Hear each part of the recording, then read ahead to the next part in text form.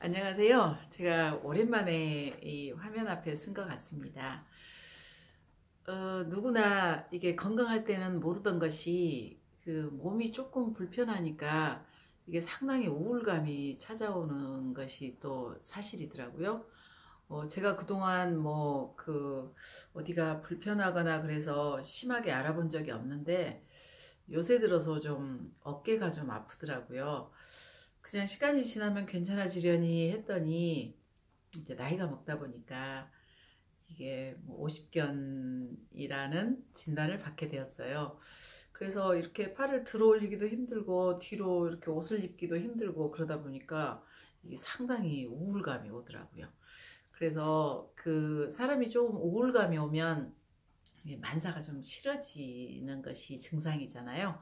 그래서 저도 그동안 그 좀 만사가 좀 싫어서 이게 이 삶에 대한 태도가 적극적이지 않더라고요. 그러다가 아유 참 또 그러는 와중에 이제 명절이 지나면서 또 이게 북미 간 또 문재인 대통령이 평양을 방문하는 그런 상황들이 엮어지면서 제가 잊고 있던 이 미중 전쟁에 대한 의미가 조금 희석됐어요.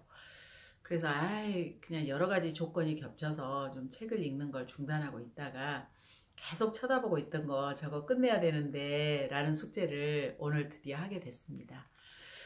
근데 이제 이게 결론부터 말씀을 드리자면 이게 미중 전쟁이라는 게 북한을 도화선으로 해서 그 미국이 중국을 견제하고자 하는 그러니까 즉 미국이 북한을 핵을 빌미로 해서 공격을 하게 되면 중국이 뭐 당연히 개입을 하게 되고 그러면 그걸 빌미로 해서 중국에게 선제 공격을 가하면서 전쟁을 하게 된다는 시나리오죠.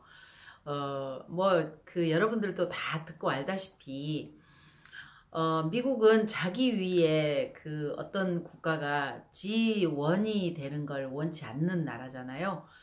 본인들은 그거를 지난 50년 동안 세계 평화를 위해서 그 헌신하고 퍼주었다고 생각을 하는데 또 다른 나라들에서 생각할 때는 또 그와 다를 수 있잖아요. 특히 중국 같은 경우는 뭐 인구도 엄청나고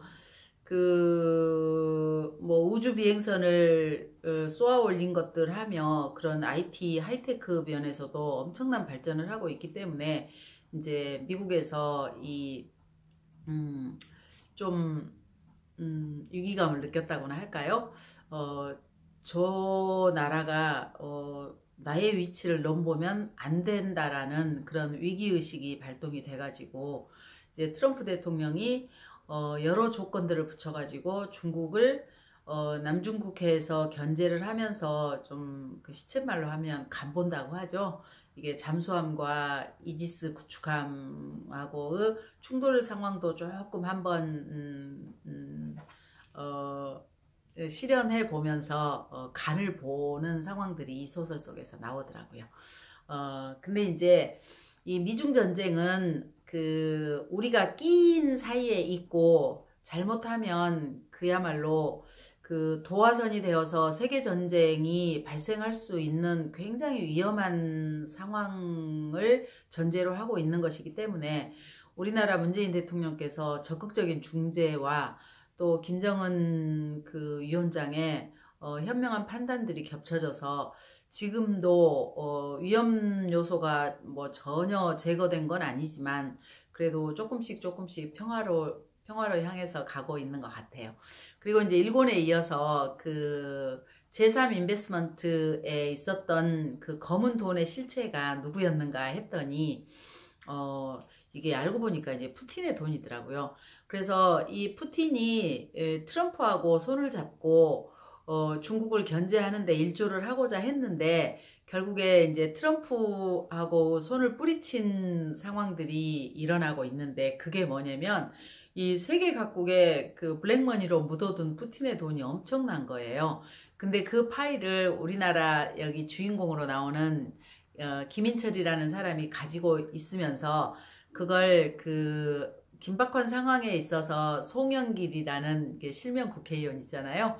그게 대북 뭐 이게 뭐 경제 협력 뭐 회장? 뭐 그 정도 직책을 가지고 푸틴에게 특사로 가가지고 그 파일을 내밀면서 트럼프에게 당신을 도와줄 수 없다라고 이야기를 하라고 하면서 러시아가 트럼프를 배반하고 또 우리나라가 임종석 실장을 특사로 북한으로 보내면서 김정은에게 일단은 항복하라고, 그러니까 핵을 포기하라고 설득하고, 또 홍석현이라는 사람이 주미 특사로 가가지고 트럼프에게 이건 전쟁이 아니다. 전쟁은 안 된다.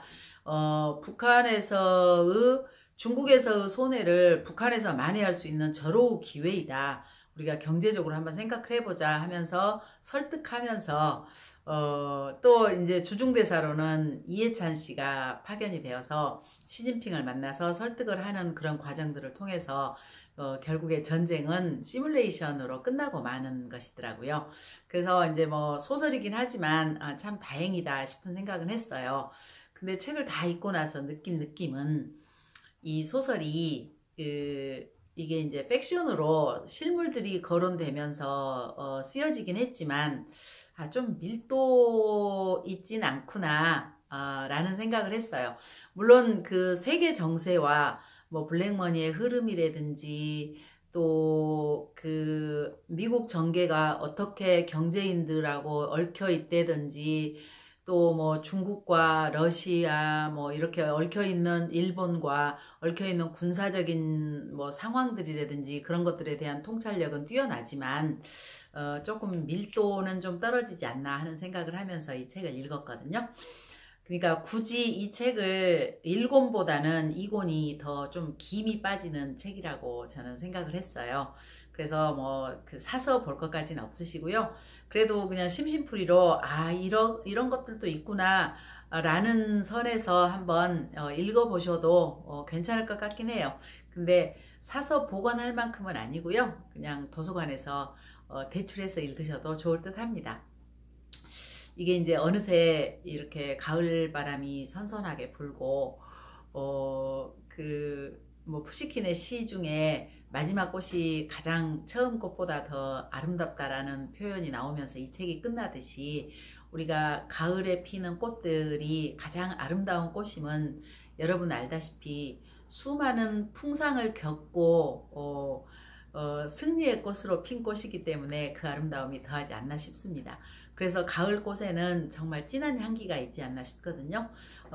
어디든 피어있는 작은 꽃 또는 마지막 꽃 그리고 가을을 위해서 피어난 꽃들을 한번 쳐다보시고 또 요새 대기질이 너무 좋아가지고 하늘에 하얀 구름이 떠가는데 어렸을 때 그 상상력을 발휘했던 그 상상력으로 구름을 바라보면서 여러분의 작은 꿈들 그리고 숨어있던 꿈들도 구름에 한번 띄워보시면 어떨까 싶습니다.